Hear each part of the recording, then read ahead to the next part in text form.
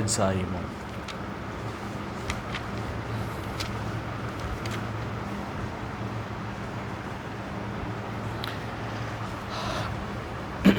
యోహాను సువార్త 14వ అధ్యాయము మొదటి వచనాన్ని మనందరం కలిసి చదువుకుందామండి.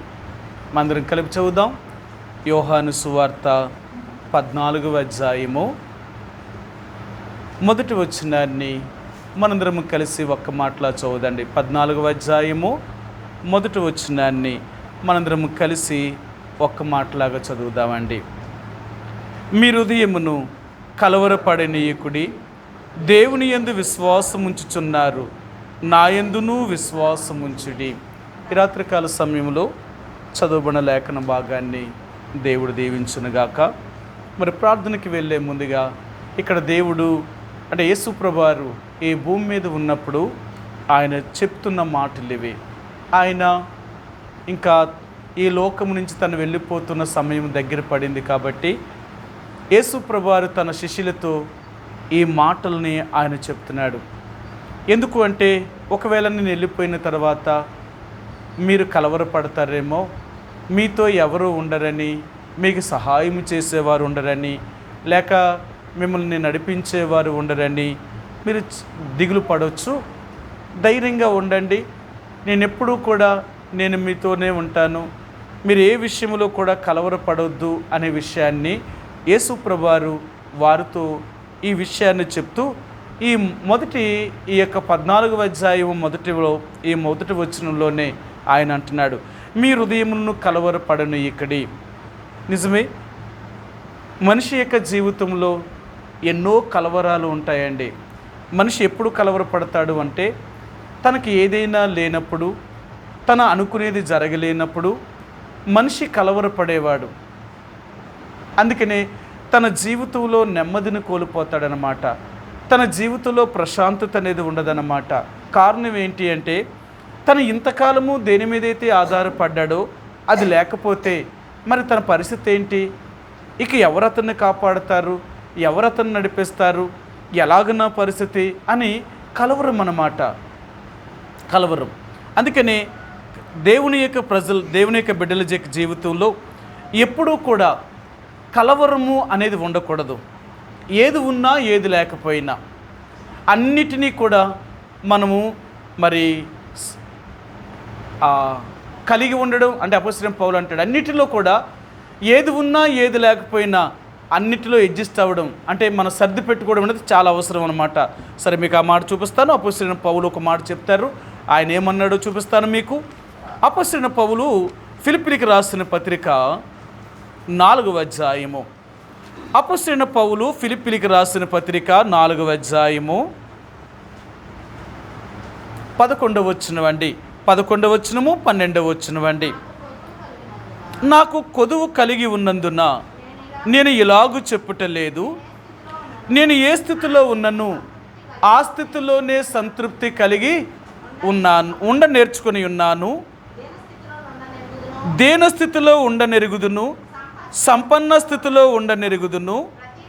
ప్రతి విషయములోనూ అన్ని కార్యములలోనూ కడుపు నిండి ఉండుటకును, ఆకలిగొని ఉండుటకును, సమృద్ధి కలిగి ఉండుటకును, లేములో ఉండుటకును నేర్చుకొని ఉన్నాను. సరే, దేవుని యొక్క బిడలుగా మనం ఎప్పుడూ కూడా ఏ స్థితిలో ఉన్నా ఆ స్థితిలోనే మరి సంతృప్తిని, సంతోషాన్ని కలిగి ఉండేవారిగా ఉండాలి.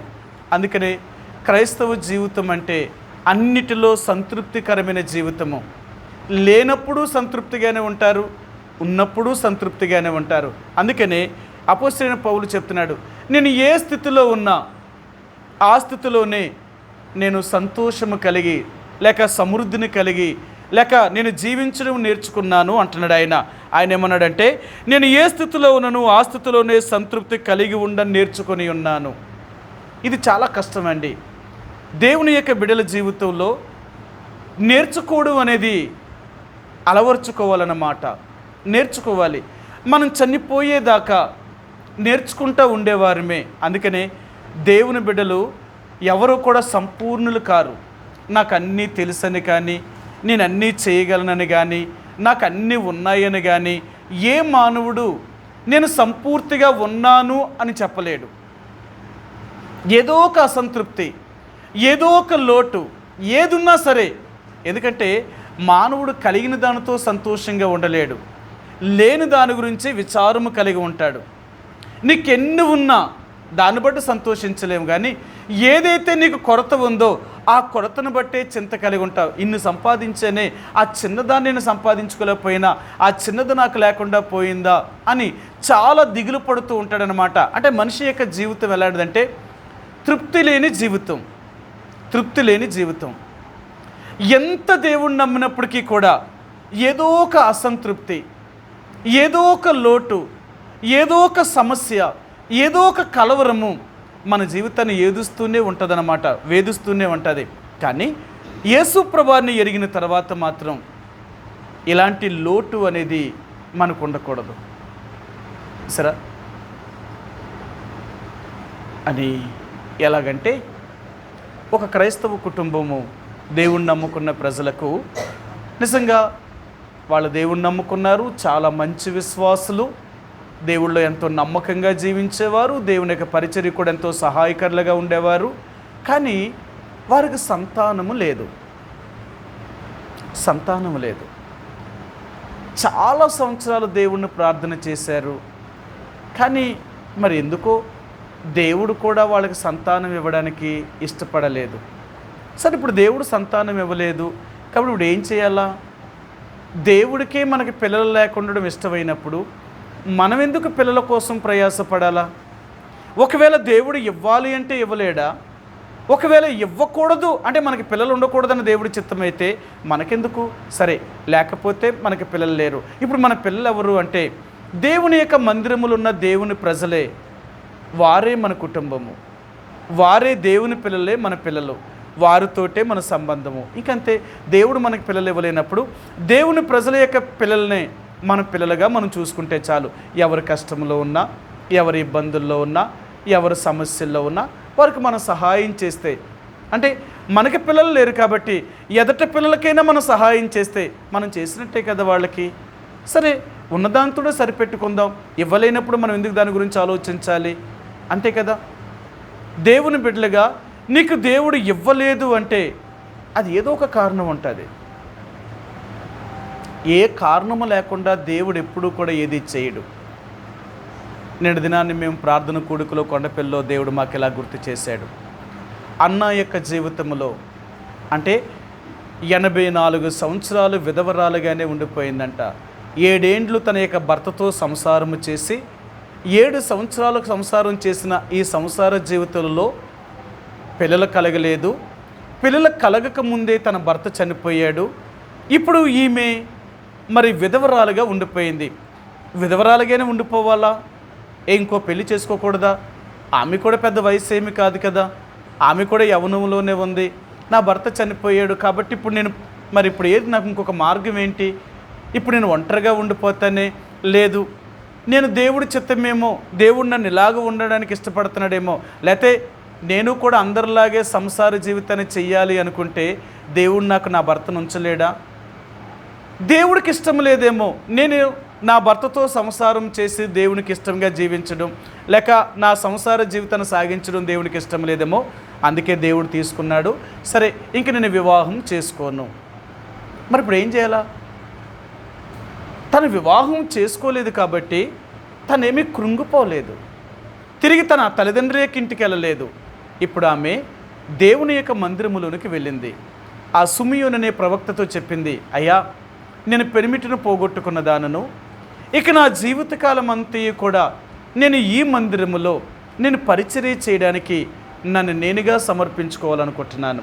కాబట్టి ఈ మందిరములో ఉంటాను, ఈ మందిరానికి నేను పరిచర్య చేస్తాను, సహాయం నాకు అనుమతినిస్తే చాలు అన్నారు. అప్పుడు సిమియోను కూడా ఉంటాడు, సరేనమ్మా, నువ్వు కూడా లేవి గోత్రానికి చెందిన దానివే కదా, ఉండే అధికారం నీకుంది. సరే, మందిరాన్ని శుభ్రం చేస్తాను, మందిరంలో పరిచర్య చేస్తాను అన్నావు కదా, సరే చెయ్యి.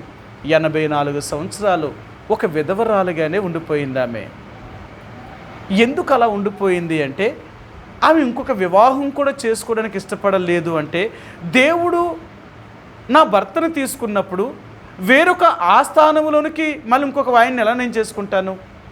దేవుడికి ఇష్టం లేదు కదా. ఒకవేళ దేవుడికి ఇష్టమైతే మరి నా భర్తనే ఉంచును కదా, ఆయనకి ఇష్టం లేదేమో, సరే అది అలా అనుభవించడం నాకు ఇష్టం లేదేమో, నా ద్వారా దేవుడు ఏదో కోరుతున్నాడు కాబట్టి నేను దేవునికి అది నేను తెలుసుకుంటాను.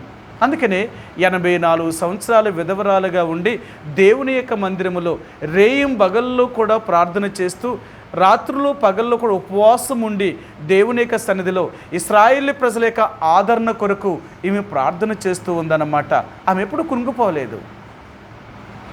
నా జీవితంలో కూడా ఏ పరిస్థితుల్లో దేవుడు మనం తీసుకెళ్ళినా ఆ పరిస్థితిని సంతోషంతో స్వీకరించాలి. అది ఏ పరిస్థితి అయినా, అది కష్టమైనా, సంతోషమైనా, దుఃఖమైనా, ఆనందమైనా, ఏదాన్నైనా సరే సంతృప్తిగా ఉండడం అనేది నేర్చుకోవాలి. ఎప్పుడైతే ఉండడం నేర్చుకోగలుగుతామో మన జీవితం అనేది కలవరపడడానికి ఇష్టపడదు. ఈరోజు దేవుడు లేకుండా చేశాడా, పోనీ దేవుడికి మనకి ఇలా ఉండడం దేవుడి చిత్తమై ఉంటే దాన్ని మనమెవరం కాదనడానికి. ఒకవేళ దేవుడు మనకు అన్నీ ఇచ్చాడా, దేవుడు మనకి ఎలాగ ఉండడం దేవుడి చిత్తమైతే ఇలాగే ఉందాం దేవుడికి. ఏ పరిస్థితుల్లో ఉన్నప్పటికీ కూడా మనం సంతృప్తిగా ఉండడం నేర్చుకోవాలన్నమాట. అప్పుడే కలవరం అనేది మన జీవితంలోకి రాదు. కలవరం అనేది ఎప్పుడు వస్తుంది అంటే, ఏదైనా లేదు అనేది మనకు లోటు కనిపించినప్పుడే మన జీవితంలో కలవరమైన పరిస్థితులు అనేవి ప్రారంభించబడతాయి. ఈ కలవరం ఎంత దూరం తీసుకెళ్తాదో తెలుసా? మనశ్శాంతిని కోల్పోతాం, ఆరోగ్యాన్ని కోల్పోతాం, అనేకమైన సమస్యలకు ఇదే మొదటి కారణం అయిపోతుందండి. కలవరం అనేది మన జీవితంలో ఎప్పుడు కూడా యేసు ప్రభువుని అంగీకరించిన దేవుని యొక్క ప్రజలుగా నీవు నేను కూడా కలవరపడడానికి ప్రయత్నం చేయొద్దు. అందుకనే ఈ అపోస్తలుడైన పౌలు చెప్తున్నాడు, నాకేదో కొదువు ఉన్నట్టు నేను ఇలా చెప్తలేదు, నేను సంపన్న స్థితిలో కూడా ఉండనెరుగుదును, నేను దేని స్థితిలో కూడా ఉండనెరుగుదును, నేను రెండూ ఉండడం నేను నేర్చుకున్నాను. నాకు కడుపు నిండడము తెలుసు, ఆకలిగొని ఉండడము కూడా నాకు తెలుసు. ఒక మనిషిగా యేసు ప్రభువుని అంగీకరించినా అంగీకరించకపోయినా ఈ భూమి మీద పుట్టిన ప్రతి నరుడు కూడా ఇవన్నీ అనుభవించవలసిన వారే. ఒకవేళ మీరు ఎవరినైనా అనొచ్చు, వీళ్ళంత సంపాదించారండి, ఇప్పుడు ఎంతో సంతోషంగా ఉన్నారు, ఇంత డబ్బు, ఇంత ఆస్తి, ఇంత మరి ఇలాంటివి సంపాదించుకున్నారు, వాళ్ళకేం కొరత ఉంటుందండి, వాళ్ళు ఎందుకు ఎలాగుంటారు అంటే, నిజమే, ఇప్పుడు వాళ్ళు సంపన్న స్థితిలోకి వచ్చి ఉండొచ్చు, కానీ ఒకప్పుడు వాళ్ళు కూడా ఎన్నో కష్టాలను చూసిన వాళ్ళే కదా, ఎన్ని సమస్యలను ఎదుర్కొన్న వాళ్ళు కదా, అవన్నీ భరిస్తేనే ఈ స్థాయికి వచ్చారు. మీరు ఎవరినైనా సరే, ఈరోజు ధనవంతులైన వారందరూ కూడా ఒకప్పుడు ఎన్నో కష్టాలను అనుభవించిన వారే. ఒకప్పుడు ధనవంతులైన వారందరూ ఇప్పుడు ఎన్నో కష్టాలను అనుభవిస్తున్న వారే.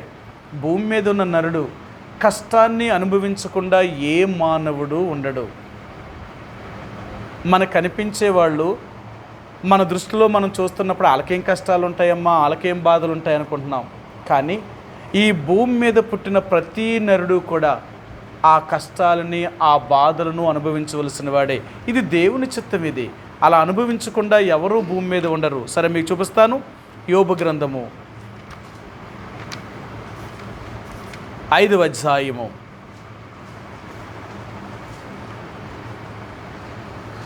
యోబు గ్రంథము 5వ అధ్యాయము 6వ వచనము 7వ వచనమండి. 6, 7 వచనాలు. యోబు గ్రంథము 5వ అధ్యాయము 6వ వచనము 7వ వచనమండి. శ్రమ ధూళిలో నుండి పుట్టదు, బాధ భూమిలో నుండి మొలవదు, నిప్పు రవ్వలు పైకి ఎగిరినట్లు నరులు శ్రమానుభావునకే పుట్టుచున్నారు. చూసారా, ఈ భూమి మీద పుట్టిన ఏ నరుడైనా సరే శ్రమ, బాధ లేకుండా ఎవ్వరూ ఈ లోకాన్ని అనుభవించరు. అంటే ఈ లోకాన్ని విడిచిపెట్టి వెళ్ళరు. పుట్టిన ప్రతి నరుడు ఇవి అనుభవించవలసిందే. కాబట్టి ఈ రోజున దేవుణ్ణి నమ్ముకున్న తర్వాత నీవు నేను కూడా ఒకవేళ ఏదైనా సమస్యలు మన జీవితంలోకి రావచ్చు, ఏదైనా కొరతలు మన జీవితంలోకి రావచ్చు, ఏదో ఒక సమస్య మన జీవితంలోకి రావచ్చు.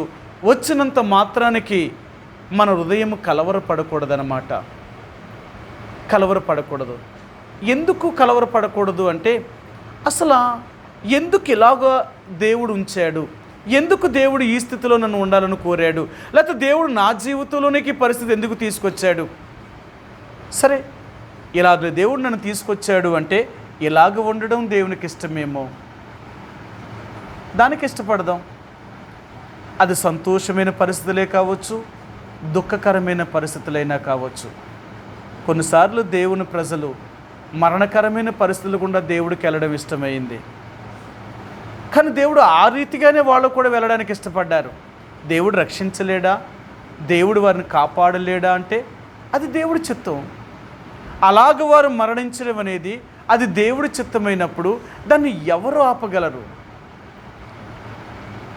కొన్నిసార్లు దేవుడు కొన్ని పరిస్థితులు గుండా దేవుడు మనం తీసుకెళ్ళడం ఇష్టమైతే దాన్ని ఎవ్వరూ ఈ లోకంలో దాన్ని ఆపలేరు. అందుకనే బైబిల్ గ్రంథంలో అంటాడు కదా దేవుడు, నేను బంధించినది ఏ మానవుడు తెరవలేడు, నేను తెరిచిన దానిని ఏ మానవుడు ముయ్యలేడు. ఈ రెండు మన వల్ల కాదు. చాలాసార్లు అనుకుంటాం, నా జీవితం అండి, నా బ్రతుకుని నేను మార్చేసుకోగలుగుతాను, నా జీవితాన్ని నేను కట్టేసుకుంటాను, నేను ఏదైనా చేయగలుగుతాను, నాకేంటి అని మన శక్తి సామర్థ్యాల మీద ఆధారపడతాం. కానీ దేవుడు అంటున్నాడు, నీ వల్ల ఏమీ కాదు. ఎందుకో తెలుసా? నేను నీకు సహాయం చేస్తేనే నీకు సహాయం కలుగుతుందేమో కానీ నీ అంతటా నీ మానవ శక్తితో మానవ జ్ఞానంతో నువ్వెన్ని చేయాలనుకున్నా అవేవి జరగవు అంటాడు ఆయన. మీకు ఎన్నోసార్లు చూపించాను ఆ మాటను. సరే, ఈ రాత్రి మనకు అవసరమైన మాట కాబట్టి చూపిస్తాను మీకు. రోమిలికి రాసిన పత్రిక 9వ అధ్యాయము, రోమిలికి రాసిన పత్రిక 9వ అధ్యాయము 16వ వచనం అండి. 16వ వచనం, క్షమించండి 15, 16 ఈ రెండు వచనాలు కూడా చదువుదాం. రోమిలికి రాసిన పత్రిక 9వ అధ్యాయము 15, 16 వచనాలు. అందుకు మోషేతో, ఇలాగున ఎవరిని కనికరింతునో వారిని కరుణింతును, ఎవని ఎడల జాలి చూపుదునో వాని ఎడల జాలి చూపుదును, కాగా పొందగోరి వాని వలనైనను ప్రయాసపడు వాని వలనైనను కాదు కానీ కరుణించు దేవుని వలనే అగును. చూసారా, ఎవరిని కరుణించాలో వారిని కరుణిస్తాడట, ఎవరి ఎళ్ళ జాలి పడాలో వారి ఎళ్ళ జాలి పడతాడట. ఆయన అంటున్నాడు, పొందేవానిలోని ఏమీ లేదు, ప్రయాసపడేవానిలోని ఏమీ లేదు. ఆ దేవుడు కరుణించాడంటే అన్నీ జరిగిపోతాయి. ముందు ఆ దేవుడు కరుణించాలి. ఆ దేవుడు కరుణించాడు అంటే మనకు అన్నీ, అంటే నువ్వేది కావాలనుకుంటున్నావో జరుగుతుంది. అంతేకాని దేవుడు ఇవ్వకుండా, దేవుని సహాయము లేకుండా ఈ లోకములో ఏది జరగదు. మీకు ఎన్నోసార్లు చెప్పాను, మన కాలగతులన్నీ కూడా దేవుని యొక్క వశములో ఉన్నాయంట. ఏది జరగాలన్నా ఏది జరగకూడదన్నా నిర్ణయించేవాడు దేవుడు. అందుకనే అపోస్తలుల కార్యములు అంటాడు, సమయములు కాలములు అన్నీ దేవుని యొక్క ఆధీనంలో ఉన్నాయి. ఏది ఎప్పుడు జరగాలో అది అప్పుడే ఆయన అనుమతి ప్రకారం జరుగుతుంది తప్ప మనం అనుకున్నట్లుగా జరగదు. చాలాసార్లు అనుకుంటాం, ఈ సమయంలో ఇలాగ చేయాలి, ఆ సమయంలో ఇలాగ చేయాలి, ఈ సమయంలో ఇలాగ ఉండాలి మనం అనుకుంటాం. మనుషులం కదా, మనకు ఎన్నో ఆలోచనలు ఉంటాయి, అన్నీ ఒక పద్ధతి ప్రకారంగా మనం చేసుకోవాలనుకుంటాం. కానీ అవన్నీ నెరవేర్చాలి అంటే ఆ దేవుడు కూడా అనుమతి ఇవ్వాలి కదా. ఆ దేవుడి యొక్క అనుమతి లేకుండా, ఆ దేవుని యొక్క చిత్తము లేకుండా మనకేం జరుగుతుంది? కాబట్టి ఏ రోజు దేవుడు మనకు జ్ఞాపకం చేయాలనుకున్నది ఏంటంటే, నీ జీవితంలో కలవరపడకు. అది ఏ పరిస్థితి అయినా, అది ఏ సమస్య వచ్చినా, అది ఎలాంటి కఠినమైన పరిస్థితి అయినా నువ్వు మాత్రం కలవరపడకు. ఎందుకు కలవరపడొద్దంటే, నువ్వు నా బిడ్డవు కదా. నన్ను నమ్ముకొని నా బిడ్డగా నువ్వు చేయబడి నువ్వే కలవరపడితే ఇక నిన్ను చూసిన వారు, లోకంలో నన్ను ఎరగిన వారు ఇంకెంత కలవరపడతారు? లోకం మనల్ని చూసినప్పుడు అంటారు, చూసారా ఇలా దేవుడి బిడ్డలు అనుకున్నారు, ఇలా దేవుడు నమ్ముకున్నారు, కానీ చిన్న చిన్న వాటికే వీరి జీవితంలో కలవరం. ఇలాంటి చిన్న చిన్న వాటికి ఎన్నో సమస్యలు వీరి కుటుంబంలో. ఏంటి వీరు దేవుని పిల్లలు?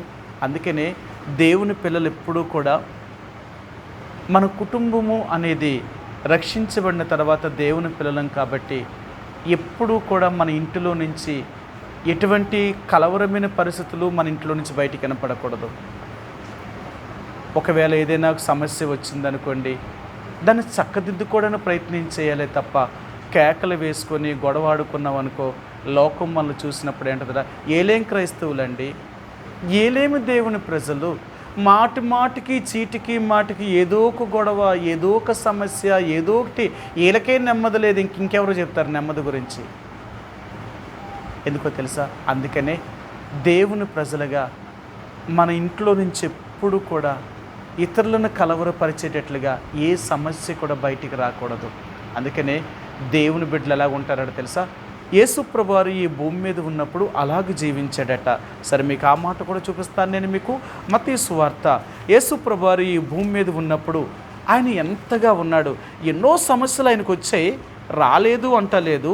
కానీ ఆయన భూమి మీద ఎన్ని సమస్యలు ఉన్నా అన్ని పరిస్థితుల్లో యేసు ప్రభువారు ఎంత శాంతముగా ఉన్నారో చూపిస్తాను మీకు.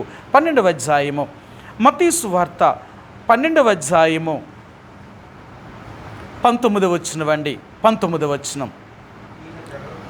ఈయన జగడమాడడు, కేకలు వేయడు, వీధులలో ఈయన శబ్దం ఎవనికిని వినబడదు. సరే, యేసుప్రభువారి యొక్క ప్రజలు, అంటే యేసుప్రభువారు ఈ భూమి మీద ఉన్నప్పుడు ఎలాగ ఉన్నాడంటే ఆయన జగడమాడలేదంట, కేకలు వేయలేదట. ఆయన యొక్క శబ్దము వీధుల్లో ఎవరికీ వినబడలేదట. ఎందుకు? యేసుప్రభువారికి సమస్యలు లేవా? ఆయనకి లేకపోవచ్చు సమస్యలు, ఇతరుల ద్వారా సమస్యలే కదా. ఇప్పుడు సమస్య నీకు లేకపోవచ్చు, కానీ మనుషులు లోకంలో ఉన్నవారి చేత నీకు సమస్యలు కదా. అలాంటి పరిస్థితుల్లో కూడా యేసుప్రభువారు ఎంత మౌనంగా ఉన్నాడో, ఆయన ఎంత శాంతం వహించాడో. ఎప్పుడూ కూడా ఆయన మాట ఎప్పుడూ వీధుల్లోనే వినబడలేదట. కారణం ఏంటో తెలుసా? దేవుడు నీకు నాకు మాదిరి చూపించడం అన్నమాట. అందుకనే ఒక క్రైస్తవ జీవితం అనేది ఎప్పుడు కూడా వీధుల్లో పడే కుటుంబము కాదు, కేకలు వేసుకునే కుటుంబము కాదు. ఏది లేకపోయినా సంతోషంతో భరించేవారే నిజమైన క్రైస్తవుడు. క్రైస్తవుడు అంటే అన్నిటిలో సంతృప్తిని కలిగి ఉండేవాడు. లేనప్పుడు అలాగే ఉంటాడు, ఉన్నప్పుడు కూడా అలాగే ఉంటాడు. అలాంటి వారే నిజమైన విశ్వాసము కలిగిన వారు. విశ్వాసము కలిగిన వారు అంటే ఎవరంటే అన్ని పరిస్థితుల్లో దేవుడి మీదే ఆధారపడతారు. ఎప్పుడైతే అలాగో ఆధారపడడం నేర్చుకోగలుగుతారో దేవుడే వాళ్ళకు కావలసినవన్నీ దేవుడిస్తాడు. నీలో కలవరమైన పరిస్థితులు లేకుండా ఉంటే నిజంగా దేవుడు ఆయన ఎప్పుడూ నీకు సహాయం చేయక మానడు. కాబట్టి ఈ రాత్రికాల సమయంలో యేసుప్రభువారు ఈ భూమి మీద ఉండగా మనకు నేర్పించాలనుకునేది ఏంటి అంటే ఆయన అంటున్నాడు, మీ హృదయములను కలవరపడనీయకుడి, వెరవనీయకుడి. సరే, మన హృదయము కలవరపడకూడదట. ఎందుకు కలవరపడుతుంది? ఎందుకు కలవరం వస్తుంది? యేసుప్రభువారు ఎందుకు ఈ విషయాలన్నీ ముందు చెప్తున్నాడు వాళ్ళకి? వాళ్ళు అనుకుంటున్నారు యేసుప్రభువారు తన విషయాలన్నీ తను చెప్పాడు. నేను ఈ లోకం నుండి వెళ్ళిపోయే సమయం దగ్గర పడింది, నేను వెళ్ళిపోతాను, నేను వెళ్ళిపోయాను అని మీరు కలత చెందొద్దు, కలవరపడొద్దు, నేను మీతో ఉంటాను, మీకు సహాయం చేస్తాను, నా ఆత్మనే మీకు పంపిస్తాను అని ఎన్నో విషయాలు యేసుప్రభువారు వారికి చెప్పాడు. ఆయన ఉండగానే వారిని ఎంతో ధైర్యపరిచాడు ఆయన. సరే, మీకు చూపిస్తాను. యోహాను సువార్త 14వ అధ్యాయము. యేసుప్రభువారు ఈ భూమి మీద ఉన్నప్పుడు తన శిష్యుల్ని ఎంతగా ఆయన ధైర్యపరిచాడు, ఎంతగా వారిని బలపరిచాడో వారికి విషయాలు చూపిస్తున్నాడు ఆయన. సరే, ఆయన అంటున్నాడు 12వ వచనమండి. 14వ అధ్యాయము 12వ వచనం. నేను తండ్రి యొద్దకు వెళుచున్నాను గనుక నేను చేయి క్రియలు నా యందు విశ్వాసం ఉంచువాడును చేయును, వాటికంటే మరి గొప్పవియు అతడు చేయనని మీతో నిశ్చయముగా చెప్పుచున్నాను. ఒకవేళ నేను ఉంటేనే మీరు చేస్తారనుకోవద్దు. నా యందు విశ్వాసం ఉంచినవాడు నేను చేసిన కార్యముల కంటే గొప్పవి కూడా చేస్తారు, మీరు ఎప్పుడూ కూడా కలత చెందొద్దు అన్నాడు. సరే, మరొక మాట కూడా మీరు చూపిస్తాను. యోహాను సువార్త 14వ అధ్యాయంలోనే ఇక్కడే ఆయన అంటున్నాడు. సరే, ఆయన ఏమన్నాడో చూపిస్తాను మీకు. 14 వచ్చినవండి. 14 నా నామమున మీరు నన్ను ఏమి అడిగినను నేను చేతును. మరలా చెప్తున్నాడు ఆయన, ఒకవేళ నేను మీతో లేకపోయినంత మాత్రానికి మీరు నన్ను ఏమైతే అడుగుతున్నారో అవి నేను మీకు ఇవ్వలేనేమో అనుకోవద్దు. నా నామమున మీరు ఏది అడిగినా అది నేను మీకు ఇస్తాను. సరే, ఇంకొక మాట ఆయన అంటున్నాడు. ఆయన ఇంకేమన్నాడట? 18వ వచనం, మిమ్మను అనాథులుగా విడవను, మీ యొద్దకు వత్తును, కొంతకాలమైన తర్వాత లోకమునను మరి ఎన్నడూ చూడదు. ఆయన అంటున్నాడు, నేను మిమ్మల్ని ఎప్పుడూ అనాథులుగా వదిలిపెట్టను, నేను ఎప్పుడూ వదలను నేను మీకు. కాబట్టి మీరు ధైర్యంగా ఉండండి. ఏ పరిస్థితుల్లోనైనా సరే, ఏ సమస్య వచ్చినప్పటికీ కూడా ధైర్యాన్ని మాత్రం వదిలిపెట్టొద్దు. నేను మీతో ఉంటాను, కలవరపడొద్దు. యేసు ప్రభువు ఎందుకు వీరు కలవరపడొద్దు అనే విషయాన్ని చెప్తున్నాడు ఆయన. వీళ్ళకి ఒక సమస్య ఉంది వీళ్ళకి. సరే, మీకు ఆ మాట కూడా చూపిస్తాను. మీకు ఈ 2వ వచనం అండి, 14వ అధ్యాయము 2వ వచనం. నా తండ్రి ఇంట అనేక నివాసములు కలవు, లేని ఎడల మీతో చెప్పుదును, మీకు స్థలము సిద్ధపరచ వెలుచున్నాను. నేను వెళ్ళి మీకు స్థలము సిద్ధపరిచిన ఎడల నేనుండు స్థలములో మీరునూ ఉండులాగిన మరలా వచ్చి నా యొద్ద ఉండుటకు మిమ్మల్ని తీసుకొని పోవదును. ఈ మాటలు ఎందుకు చెప్తున్నాడు ఆయన? ఇప్పుడు నేను వెళ్ళిపోతున్నా కాబట్టి మీరు ధైర్యంగా ఉండండి, భయపడకండి, మీకు సహాయం చేస్తాను, మిమ్మల్ని అన్ని రకాలుగా ఆదుకుంటాను, మీకు ఏ లోటు చేయను అని చెప్తున్న దేవుడు ఇప్పుడు స్థలం గురించి సమస్య ఏంటి? ఇప్పుడు నివాసం గురించి వాళ్ళకి సమస్య ఏంటి? వాళ్ళకున్న సమస్య దేవుడికి తెలుసు. వారు దేని చేత కలవరపడుతున్నారో దేవుడికి తెలుసు. అందుకనే చెప్తాను కదా, మన దేవుడు ఎవరు అంటే మన హృదయంతరంగాలు ఎరిగినవాడు. అంటే మన మనసులో దేని గురించి అయితే చింతిస్తున్నామో, దేని గురించి అయితే బాధపడుతున్నామో, దేని గురించి అయితే విచారము కలిగి ఉన్నామో నీ మనసును గ్రహించగలిగిన దేవుడు ఆయన. అందుకే నేను అంటున్నాడు ఆయన. ఇప్పుడు యేసు ప్రభువారి యొక్క శిష్యుల యొక్క మనసు ఎలాంటిదో ఆయన ఎరిగాడు ఆయన. అందుకనే యేసు ప్రభువారు కొన్నిసార్లు ఆయన వారి మనసును తెలుసుకోవడం కొరకే కొన్నిసార్లు దేవుడు ఇలాగ మాట్లాడాడట. సరే, మీకు చూపిస్తాను ఆయన ఏమని మాట్లాడాడో చూపిస్తాను మీకు. యోహాను సువార్త 2వ అధ్యాయము, క్షమించండి, యోహాను సువార్తలోనే ఒక మాట ఉందో చూపిస్తాను మీకు. యేసు వారిని గూర్చి ఆయన ఇలాగన్నాడనమాట. 7వ అధ్యాయము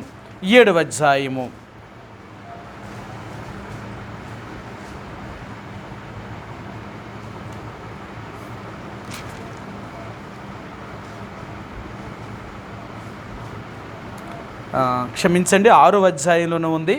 6వ అధ్యాయంలోనే ఉందండి. యోహాను సువార్త 6వ అధ్యాయము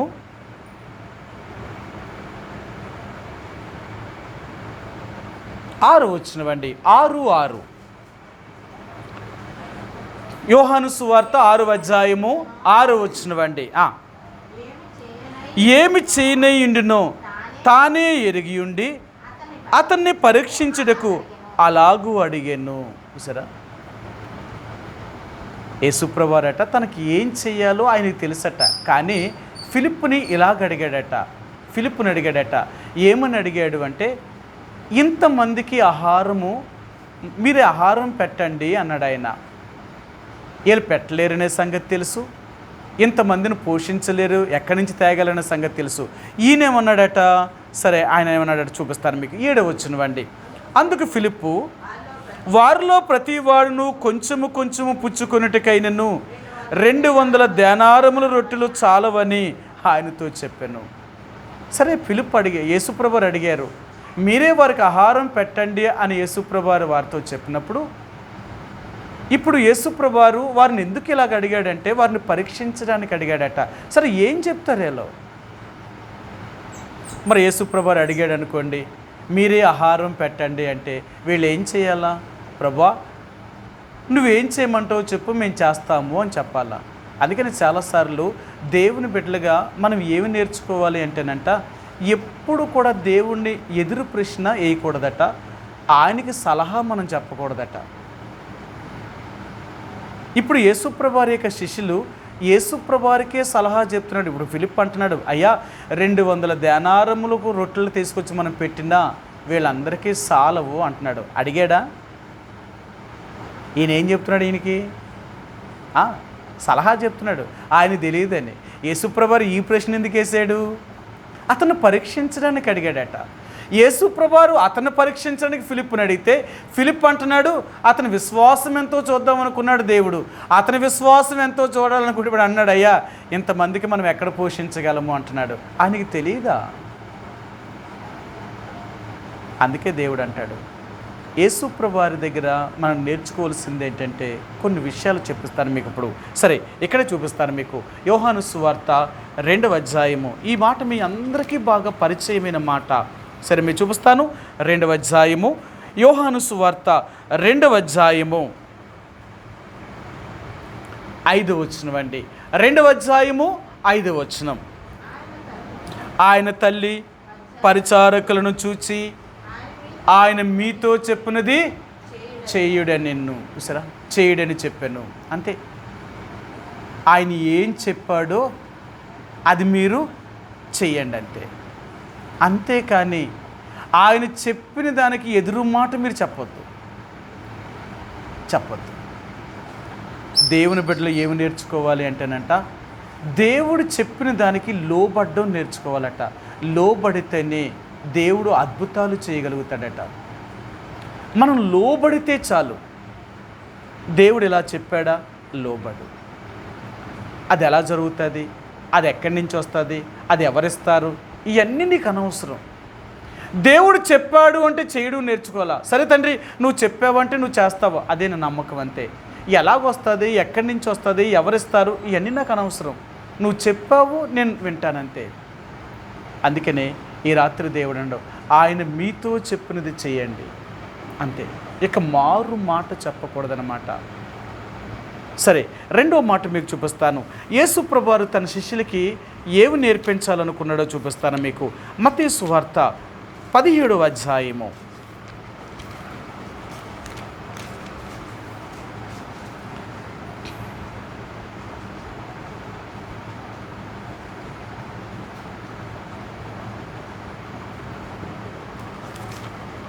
యేసుప్రభువారు ఈ భూమి మీద ఉన్నప్పుడు, ఆయన రూపాంతరము చెందినప్పుడు ఆయన ఒక మాట చెప్పాడు.